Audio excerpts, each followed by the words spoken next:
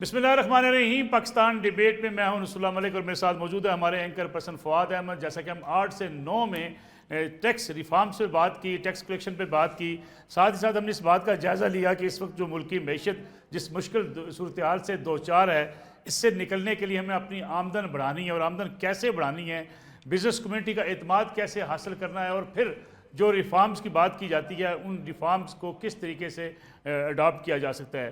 اس segment میں فواد ہمارے ساتھ موجود ہیں، سابق وفاقی وزیر دانیال عزیز صاحب۔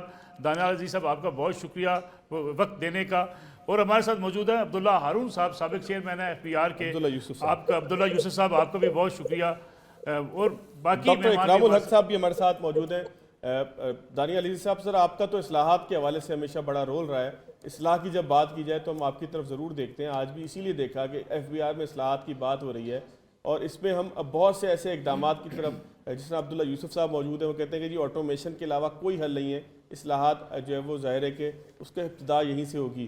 تو ڈاکٹر اکرام الحق صاحب سے بھی ضرور پوچھیں کہ دانیال عزیز صاحب، سر آپ کو کیا لگتا ہے کہ اصلاحات، اگر FBR کی بات کی جائے، ٹیکس کلیکشن کے سسٹم کی بات کی جائے، عام آدمی کے اعتماد کو جیتنے کی بات کی جائے، اس بات کا جائزہ لیا جائے کہ کس طریقے سے دکاندار کو راضی کیا جائے کہ وہ ٹیکس دے؟ پھر بہت سے ہمارے دوست جو ہم سے اس سے پچھلے گھنٹے میں موجود تھے، ان کا کہنا تھا یہ اتنا آسان کام نہیں ہے، اس کے لیے حکومت کو کریڈٹ کے ساتھ ساتھ اسٹک بھی لینے پڑے گی۔ تو سر یہ 4 5 8 10 سوالات کا جو میں نے مجموعہ آپ کے سامنے جو ہے وہ گوش گزار کیا ہے، کیسے سر اس کو رسپونڈ کریں گے سر؟ جی، سب سے پہلے میں آپ کو بتانا چاہتا ہوں کہ ساؤتھ ایشیا میں ایک 5 کنٹری کمپیریٹیو اسٹڈی کی تھی۔ ایک کینیڈین ریسرچ ادارہ ہے، انہوں نے ایک گرانٹ دی تھی governance institutes network international کو، اس کا میں ٹیم لیڈر تھا۔ تو اس میں ہم نے کمپیریزن کیا تھا کہ بنگلہ دیش میں، سری لنکا میں، انڈیا میں، نیپال میں اور پاکستان میں کیا مختلف تجربوں سے کیا حاصل ہوا۔ اور اس میں ایک چیز جو کامن آئی ہے تمام ممالک میں، جو کہ جس نے بہت پذیرائی حاصل کی اور ٹیکس کو دینے میں ایک معاملہ جو ہے اس کو بہت آگے بڑھایا اور ٹیکس بیس کو بڑھایا، وہ تھا سمپلیفیکیشن۔ اگر آپ نے کبھی ہمارے پاکستان کے جو FBR کے ٹیکس فارمز ہیں وہ دیکھے ہوں، تو وہ تو اچھا بلا کوئی PhD بھی ہو تو وہ گھبرا جائے اس کو دیکھ کے، کیونکہ ایسے ایسے اس میں لفظ ہے، ایسے ایسے مدے ہیں، ان کی کیلکولیشن کا طریقہ کار کیا ہے کیا نہیں ہے، کیسے اس کی رپورٹنگ ہونی ہے۔ تو یہ کوئی بھی آدمی جو ہے پریشان ہو جائے وہ دیکھ لے۔ یہاں تک کہ جو ایکسپرٹس ہیں وہ بھی ہر سال جو ہے مختلف قوانین، مختلف قواعد و ضوابط بدلنے کی وجہ سے اپنے آپ کو اپڈیٹ کرتے رہتے ہیں، جیسے آئی کیپ کا ادارہ ہے، دوسرے ہیں۔ تو ایک چیز جو میں سمجھتا ہوں کہ بہت ایک اچھی اصلاح ہوگی وہ یہ ہوگی کہ آپ ٹیکس کو سمپلیفائی کریں۔ اس کے ایک صفحے کا یا حد 1.5 2 صفحے کا زیادہ نہیں ہونا چاہیے، اور اس کو بالکل سادہ بنائیں تاکہ لوگ جو ہے وہ دیکھ کے گھبرا نہ جائیں کہ ہم پتہ نہیں کیا دستخط کرنے والے ہیں، کہ کس قسم کا ہمیں لوٹا جائے گا۔ دوسری چیز جو میں سمجھتا ہوں بہت اہم ہے، وہ ابھی میں کر رہا ہوں جو پبلک انٹرفیس ہے اس کی بات، جو ادارے کے اندر کے ریفارمز ہیں اس کے اوپر میں اگر آپ موقع دیں گے تھوڑا بعد میں جی جی بات کروں گا، وہ بالکل بھی ٹھیک۔ اتنے ہی اہم ہیں لیکن وہ علیحدہ سے ہیں۔ اور میں دوسری بات دانیال یہ عزیز ہے کہ صاحب، جو سر آپ کی بات لوگوں بالکل کو ٹھیک ہے، خوف ہے۔ آپ کی بات بالکل جی ٹھیک ہے سوری سر۔ پہلے تو مسئلہ یہ ہے کہ اس کو آسان بنایا جائے۔ سر اگر آپ کی اجازت ہو تو ذرا دیگر جو مہمان ہمارے ساتھ، عبداللہ یوسف صاحب بھی ہیں، سابق چیئرمین FBR ہیں، ڈاکٹر اکرام الحق صاحب بھی ہیں۔ سر یہ جو آپ نے کوئسچن ریز کیا، یہ ذرا میں عبداللہ یوسف صاحب کی طرف بھی لے کے جانا چاہتا، اگر آپ کچھ اجازت دیں۔ جی جی پلیز۔ عبداللہ یوسف صاحب، جس طرح دانیال عزیز صاحب نے کہا، سر یہ بڑا اہم پوائنٹ ہے کہ ہم جب ٹیکس کی ایپ کو کھولتے ہیں یا ٹیکس کا جو ریٹرن کا فارم آتا ہے تو اس میں وہ سیکشن لکھے ہوتے ہیں کہ تھوڑا سا پڑھا لکھا آدمی بھی اس کو سمجھنے سے قاصر ہوتا ہے۔ اگر گوگل کی جو سہولت موجود نہ ہو تو سمجھ میں بھی نہ آئے کہ 7E کیا ہے، اس کے اندر جو وہ پراپرٹیز کو کیوں ڈکلیئر کریں اور کس طریقے سے کریں۔ اور پھر لوگوں کو یہ بھی خطرہ ہوتا ہے کہ اگر یار یہاں پہ ایک دفعہ ڈیٹا دے دیا تو یہ ہمارا گلے پڑ جائے گا۔ تو دانیال صاحب کا سر بڑا ویلڈ پوائنٹ ہے کہ ہم نے اتنا مشکل کیوں کیا ہوا ہے ٹیکس کے پورے سسٹم کو عام آدمی کے لیے۔ دیکھیں، میں نے پہلے یہی جو گزارش کی تھی نا کہ یہ بات جو ہے، اب یہ ساری بات بیسک ہے آپ کی effort on your systematization and automation. اب اگر آپ کا سسٹم جو ہے وہ افیکٹو چلتا ہے تو پھر یہ کسی کو بھی اس سے کوئی پرابلم نہیں ہو سکتا۔ اور ابھی جو حالات ہیں ہمارے، انفارچونیٹلی جس کی بیسس پہ یہ جو لوگوں کا آپ کہہ رہے ہیں کہ ان کو بڑا وہ ہوتی ہے، پریشانی ہوتی ہے اور یہ کیا ہوگا وہ کیا ہوگا، اب وہ بات یہ ہے کہ آپ اگر کام جو کر رہے ہو اس کو اگر آپ نے ایک پراپر طریقے سے نہیں مینج کیا ہوا تو پھر ظاہر ہے اس میں تو پرابلمز آئیں گے نا. تو میں یہ کہہ رہا ہوں کہ اسی ایشو کو آپ نے ہائی لائٹ کرنا ہے، مین اس کو آپ نے سامنے رکھ کے آگے چلنا ہے. اور جب آپ اس طرح سے مینج کر لو گے نا اس کو افیکٹو سسٹم بنا کے، آٹومیٹڈ سسٹم بنا کے، تو اس میں پھر یہ جو لوگوں کی طرف سے شکایت والی بات ہے نا، دیٹ کی ناٹ بی دیئر، بیکاز ہر چیز جو ہوگی وہ میرٹ بیسڈ ہوگی. اور پھر یہ نہیں ہوگا کہ اس کو آپ نے ٹیکس لگا دیا دوسرے کو آپ نے ٹیکس ہی نہیں لگایا، یہ بات نہیں ہوگی. تو دیٹ از مور امپورٹنٹ، بالکل ٹھیک. That is what we have to do. Doctor ji doctor Ikram ul-Haq صاحب، جیسا کہ ہم اکثر سنتے ہیں، یہ بھی بڑی ایک بحث ہے کہ ایگریکلچر ٹیکس اس ملک میں نہیں ہے جی، بڑے بڑے ذمہ دار ٹیکس نہیں دیتے، اور ایک زرعی ملک ہونے کے ناطے ہم زراعت سے بہت سی آمدن ہم حاصل کر سکتے ہیں. لیکن دوسری طرف دلیل یہ دی جاتی ہے، جو ایگریکلچرسٹ ہیں وہ کہتے ہیں جی کہ 90% تو رقبہ جو ہے کاشتکاروں کے پاس 12.5 ایکڑ سے کم ہے. اتنی بجلی مہنگی، اتنی ادویات جو ہے زرعی ادویات وہ مہنگی، کھاد مہنگی ہمارے پاس، تو ہم تو نقصان میں جاتے ہیں، خسارے میں جاتے ہیں، تو پھر ہم ٹیکس دیں کیسے؟ جی شکریہ. پہلے ذرا پیچیدگی کی بات جو ہے وہ دیکھ لیں. جی پلیز. جو پیچیدگی کا مسئلہ ہے وہ یہ ہے کہ جو لاز ہیں اس کے اندر بہت پیچیدگی ہے. یہ سارے سیکشن ود ہولڈنگ کے جو ہیں، اور دوسری آپ نے ویلتھ اسٹیٹمنٹ بھی لینی ہے، اخراجات کا بھی پوچھنا ہے، تو اس کی وجہ سے پھر یہ مسئلہ ہوتا ہے کہ ریٹرن سادہ نہیں ہو پاتی.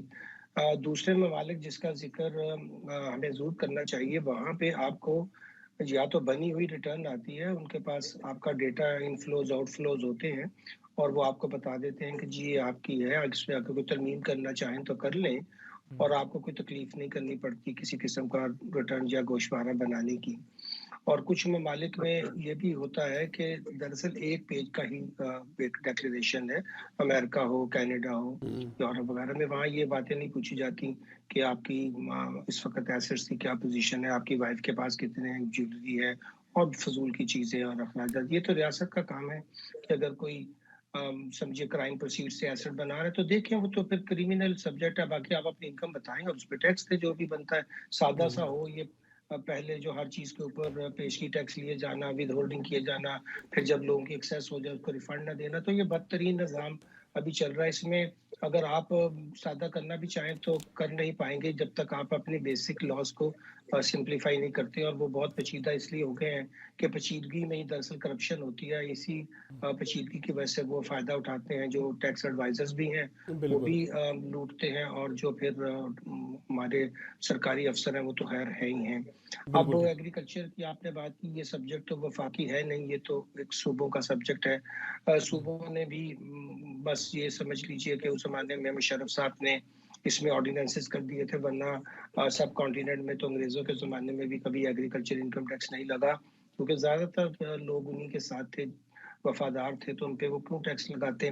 ہاں اکرام صاحب ڈاکٹر صاحب، اس میں سب سے بڑا مسئلہ جو آتا ہے نا وہ یہ آتا ہے کہ پھر ایک عام آدمی یہ سوال کرتا ہے، کیونکہ اس کو یہ نظر آتا ہے کہ پاکستان کی جو اشرافیہ ہے یا حکمران ایلیٹ ہے اس کا تعلق ایگریکلچر سیکٹر سے ہے. اس کے ذہن میں پھر ایک یہ سوال پیدا ہوتا ہے کہ ایگریکلچر پہ چونکہ ٹیکس نہیں ہے، یہ سارے بڑے بڑے زمیندار جو ہم پہ آ کے حکومت کرتے ہیں یہ ٹیکس دیتے نہیں ہیں، لہٰذا ہم سے ٹیکس لیا جاتا ہے ان کے خرچے اٹھانے کے لیے، ان کے پیٹ بھرنے کے لیے. یہ سوال میں آپ کے پاس چھوڑ کر ذرا فرحان بخاری صاحب کی طرف جاؤں، کیونکہ ٹیکس پیچیدگی والا جو معاملہ ہے ذرا ہم اس کو کور کر لیں. پھر دانیہ عزیز صاحب سے جب ہم شروع کریں گے دوبارہ تو یہ ایگریکلچر پہ ٹیکس والا سوال دانیال صاحب سے بھی کریں گے، آپ سے بھی اس کا جواب لینا ہے، اور عبداللہ یوسف صاحب سے تو لینا ہی لینا ہے. تو فرحان بخاری صاحب ذرا سر اس کو ہم کلوز کر رہے تھے اس پورے معاملے کو سمجھنے کے لیے کہ جو پیچیدہ نظام کی بات دانیال عزیز صاحب نے پوائنٹ آؤٹ کی، پھر عبداللہ یوسف صاحب نے کہا کہ اس کا حل جو ہے وہ آٹومیشن ہے، اور ڈاکٹر صاحب نے بھی بتایا کہ جی امریکہ کے اندر تو ایسا ہوتا ہے کہ ایک صفحے کے اوپر جو ہے وہ تمام معاملات ہو جاتے ہیں. لیکن پاکستان میں تو ہم دیکھتے ہیں کہ ایک عام سے آدمی جس نے 25,000 روپے 30,000 روپے 45,000 روپے ٹیکس دینا ہے، اس کے لیے بھی 7 8 10 صفحوں کی پوری ایک اسٹیٹمنٹ ہوتی ہے جو اس نے بھرنی ہے ایک ایک چیز، اور اگر مس ہو جائے تو پھر وہ نائل بھی ہو سکتا ہے اگر اس نے کہیں پر کوئی کام کرنا ہو. یہ بہت شکریہ. دیکھیے اس سوال کا کوئی ایک جواب واضح طور پہ جواب اس لیے دینا مشکل ہے کیونکہ ایک طرف تو یہ حقیقت ہے کہ کاغذی کارروائی کو پیچیدہ بنایا جاتا ہے. یہ ہماری مثالیں بھی ملتی ہیں تاکہ اس کے نتیجے میں لوگ ایک ایسے نظام سے دوچار ہوں جس میں وہ تنگ آئیں اور تنگ آ کے وہ شارٹ کٹس کی تلاش کریں. یہ بالکل ایک واضح ایک حقیقت ہے اور ہم نے یہ دیکھا بھی ہے. لیکن دوسری طرف یہ بھی ہے کہ خام خواہ میں بہت پیسے والے لوگ اسے ایک وجہ یعنی بنا کر، ایسے لوگ جن کے پاس ذرائع بھی ہیں، جو کہ ایک بہتر سے بہتر کوالیفائڈ ٹیکس اکاؤنٹنٹ یا ٹیکس ایڈوائزر کو اپنے پینل پہ رکھ بھی سکتے ہیں، اور ایسے لوگ ہیں جنہوں نے ٹیکس ایڈوائزر بھی رکھے ہوئے ہیں لیکن وہ پھر اس کی شکایت کرتے ہیں. اور اس کی بنیادی وجہ یہ ہے کہ لوگ حساب نہیں دینا چاہتے. لوگ حساب کتاب اس لیے نہیں دینا چاہتے کیونکہ ملک میں بے ایمانی کا دورہ ہے.